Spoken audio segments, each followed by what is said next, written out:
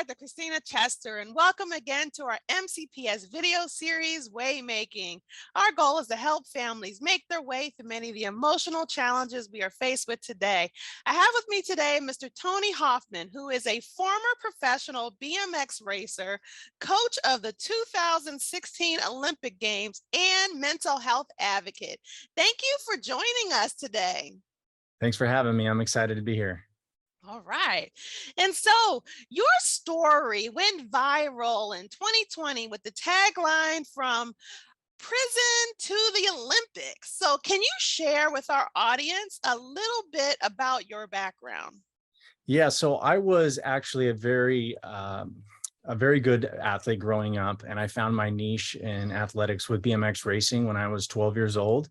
By the time I was 18 years old, I was on the cover of the largest BMX racing magazine in the United States, called the BMXer Racing Magazine. And I held corporate sponsorships with Fox Racing, Airwalk shoes, Spy sunglasses. And I kind of had, from an athletic standpoint or a gift, everything that you would need to be successful as a racer. But my life took a turn around 18 years old. I started experimenting with mind-altering substances, mainly marijuana in the beginning. And I found opioids shortly after my experimentation with marijuana, which took me down a dark path. It took me down a dark path, and I started to lose the people, places, and things that I loved around me. And BMX racing was one of the things that I lost. Ultimately, I was sentenced to prison in 2007. And I spent a couple years in prison. While I was there, I started rebuilding my life, and I started dreaming about what it is that I was going to do when I got out of this dark place. And one of the things that I wanted to do was get back on my bicycle and reacquaint myself with my gift of racing BMX, with the mindset that it wasn't about me, it was about others.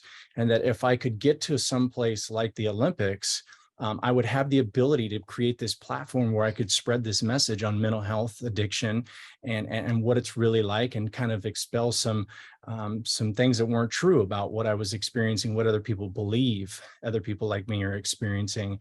And over the course of 2008, right at the end of 2008, basically 2009, when I was released from prison, to 2016 was this massive mission of helping others and accomplishing these 4 goals that I set out for myself when I was in Wasco State Prison. That was to race my bike professionally, go to the Olympics, start a nonprofit organization for kids, and become a professional speaker. And by 2016, I had made the Olympics, not as a racer like I thought. I came back and I made the highest level of BMX racing, but a knee injury stopped me from making it there as an athlete. And I started coaching. And in my coaching, I was able to coach some very decorated athletes, one of them being Brooke Crane, who placed 4th place at the Olympics in 2016. Oh, wow. And so, I mean, that's quite remarkable and very inspirational. And so, like in your speeches, you also state that the story you create about the experience is more important than the experience itself. So why do you say that?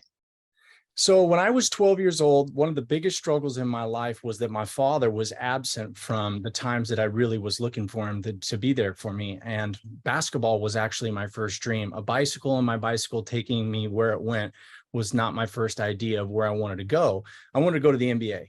And I was a star basketball player at a very young age. But when I was 12 years old, in the years of therapy that I've done, there was this moment in which I would sit down in the seats before the games would start, and I'm looking into the crowd and I'm looking for my dad. And I begin to have this conversation with myself where I'm saying, come on, Dad. Come on, Dad. Like I'm watching all my friends' families come through the door. They're coming in to watch their kids play, my teammates play, but my father doesn't show up. And while this is happening, I'm creating a story about this experience, why my dad's not here, and what this means about my self-worth. And what I didn't realize at 12 years old was I was going to create a story about myself and the absence of my father that was far from the truth. It didn't mean that my dad didn't love me. It didn't mean that my dad didn't care. It didn't mean that I didn't have the skills to make the NBA. But because I was unaware of what I was going through, I was 12 years old. I didn't realize that I was about to create a belief system about myself that said, I can't, I won't, and I'll never be able. not realizing that none of that was actually true. My father did love me. And despite his absence, I could have made decisions and had a perspective that said, I can, I will, and I am able. But because I chose to take this story on about what was happening, that story then created the behavior that I went out into the world and believed.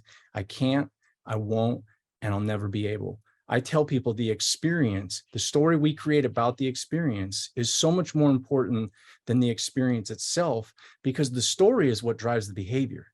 The story is what is the foundation and root of resilience. The story is what gets us out of bed every single day, that despite how low we feel or what we're experiencing that may be coming against us or what feels like it's coming against us, we say, you know what? I'm going to keep going. You know what? I can still do this. You know what? I'm going to find something good in what I'm struggling with in this moment. The story you create about the experience is more important than the experience itself. Oh, and thank you. And it's really, really powerful statement. I mean, when you talk about resiliency and you talk about, kind of like the self story we have to create in order to help us to cope, to kind of move forward, to get through things when they're going on, and to help us to get to a positive place on the other side. And so, when we're thinking about this and we talk to our students around resiliency, and we talk to our families, our staff, the student body, around this, around finding better ways of coping when bad things happen or potentially traumatic experience happen. And so, but because we also understand that these events can lead to situations of mental illness, can lead to situations of substance use or misuse, and other things that may happen within their lives. And so, as we're talking about this, I know as part of your story, can you share what insight can you provide to a student who's, let's say, age 12 or older, that is either using or experimenting with mind altering substances? I think the most important thing is to understand why we do this, right? Individuals try to change the way they feel to cope with an experience. For us to begin properly coping with that experience, we must admit what we're doing that may be unhealthy. That means talking to a trusted adult, whether it's your parents or staff at school or friends, family. There's many outlets in which we can find a trusted adult. I know we want to tell just our friends sometimes, but sometimes just our friends, especially when we're young, may not be the best way to get us to a place where our behavior is no longer self-limiting, but self-empowering. And so what I try to say is that, one, we have to admit to a trusted adult the behaviors that we find ourselves experimenting with. We then, too, need to recognize that we're often using these behaviors to feel some type of connection or groundedness within ourselves. When I say groundedness within ourselves, I mean a release of anxiety, a release of depression, a feeling that everything is going to be all right. What we don't understand often when we're young is that when we're changing the way that we feel through mind-altering substances, that feeling of groundedness, security, or safety, or relief from whatever it is we're trying to escape isn't actually real. So how do we overcome that? We connect ourselves with other individuals who are like-minded in a self-empowering way. That means we get involved in arts. That means we get involved in sports. That means we get involved in therapy. That means we get involved with groups of other individuals who may have similar struggles, but are also moving towards getting away from those struggles. So there's youth groups that you can be a part of, where the goal for the youth group is to overcome the adversity that we're facing through self-empowering behaviors. Connectedness will almost always bring us to purpose and hope, and that hope will drive us further away from those behaviors that are self-limiting and making us believe that we're healing ourselves, but we're not.